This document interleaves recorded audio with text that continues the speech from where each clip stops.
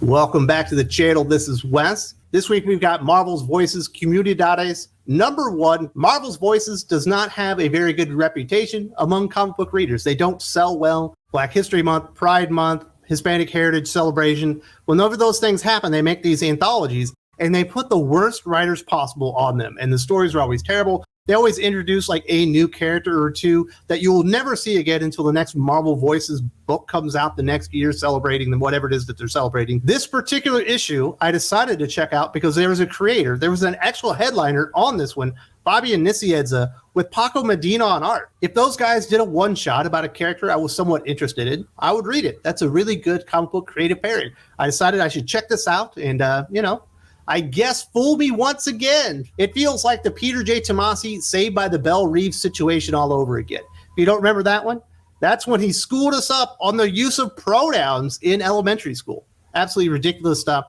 This one is equally ridiculous, if not worse. Marvel Comics and Fabian Nicieza think that we're all stupid. We're just mindless morons that can't read a deeper meaning within a story. So they've decided they're going to remove the story. They're going to remove any pretense of entertainment whatsoever. And they're just going to give you a message. And because it's Hispanic Heritage Celebration, or as Marvel Comics term it, Latin and Latinx heritage that we're celebrating here, it's got to be about illegal immigration. This reeks of the 80s after-school specials. People of my generation will remember these very vividly. You know, I'm in my mid-40s. They lost all pretext of actually trying to entertain. They had goofy music, really terrible, over-the-top acting. And it was just about a message. It was to inform kids about, is your mom drinking? That's what the after school special would be about. Or don't smoke marijuana. If you smoke marijuana cigarettes, you'll be in trouble later in life. That's what the specials were about. Kids saw right through them and they laughed about them immediately, and they have done for the last 40 years. That's how bad they were. And this is an after school special from Marvel Comics and Fabian Nicieza.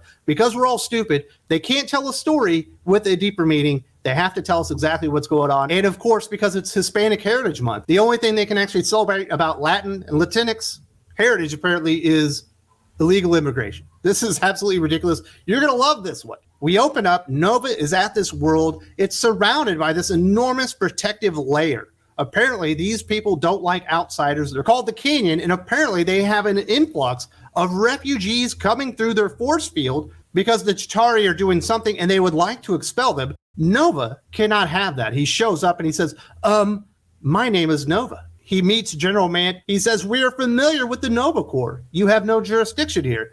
Nova agrees and actually says, there is no Nova Corps, but I saw a distress signal from this very location. I need to check it out. This is what old General Mant has to say. The distress is what they bring to us. We can allow no more of them within our border. Really riveting stuff. Like I said, these refugees tax our limited resources, take food from the mouths of our children. And then we meet the refugees. And it turns out they have brought disease and famine.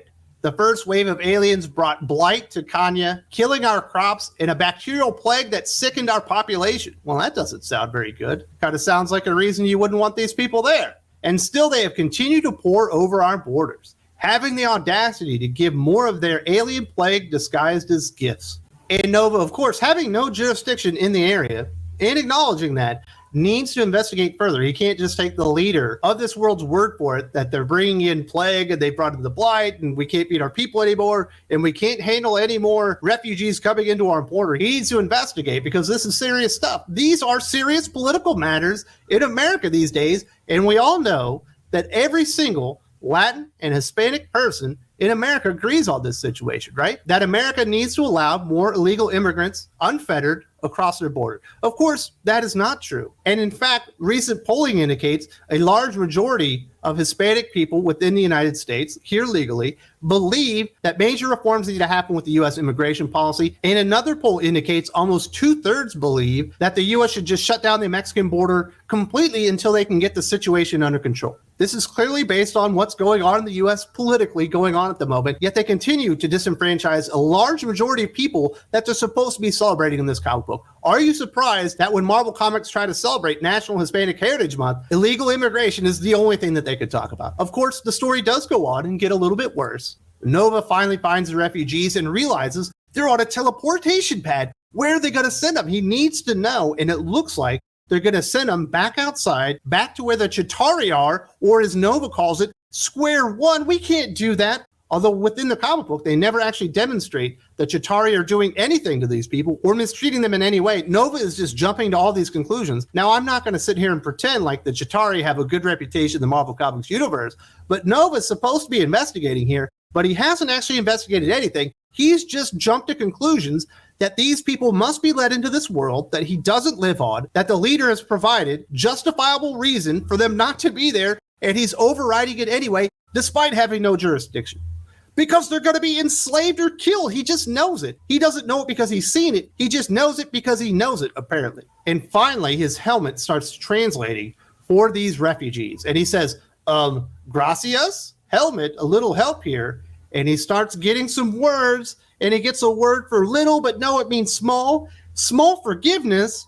A small forgiveness? And of course, the leader's pissed off. He's like, you have no right to interfere here. And he's absolutely correct. These aliens are dirty, disease-ridden drains on our society. Well, if the leader name-called him like that, I guess there's no reason to debate or do any more further investigations from here. They need to be there, apparently, according to Marvel Comics. And this celebration of National Hispanic Heritage Month, I guess it's better than DC Comics putting a burrito in everyone's hand and having them eat a cheesy gordita crunch or something like that, but it doesn't feel like all that much more. Like I said, the Marvel Comics woke culture destroys everybody. You'll be surprised to learn that Sarah Brunstad is the editor on this book, and apparently she can destroy every writer that she gets her hands on, everyone in the X-Men office, including Fabian Nicienza at this point, and wouldn't you know it, by the end, we all come to the realization that these illegal immigrants should always be there. We should just let them in. Even though this guy's been pretty opposed to it, Nova turns him around because he's got it. It's not forgiveness they're offering, it's forgiveness they're asking for.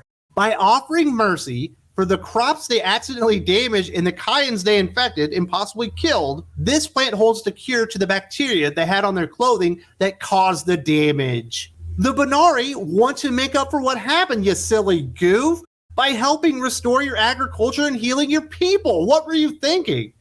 General, they just want an opportunity for a better life. And he lets his mom know. He stayed for 2 days helping them learn each other's languages, because apparently you can learn a language in 2 days. Sometimes I really wish people would get their stories straight, because I thought when you showed up out of the blue and you brought disease and pestilence with you, you were the bad guy. Isn't that what I heard about, like the Spanish and all that stuff? But apparently, if they're illegal immigrants and there's a border crisis, it's okay to bring in disease and pestilence with you. You silly goof.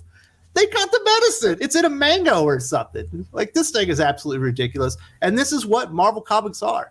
This is what Marvel Comics think about their Latino and Hispanic comic book readers. This is the best that they can do. This is the Fabian Nicienza headline story that they could provide to entertain you, because they don't think you deserve entertaining. You just need to be preached to. And they do it with every one of these Marvel Voices specials. They're always garbage. I thought this one had a chance, and it turned out it didn't. It just became more of the same. And this is happening to a lot of good comic book writers. It's not just Fabian Nicienza. I mentioned Peter J. Tomasi, obviously more associated with DC Comics, in your Super Son story. If you want to be informed on correct pronoun use, you need to watch this video and see how ridiculous this was.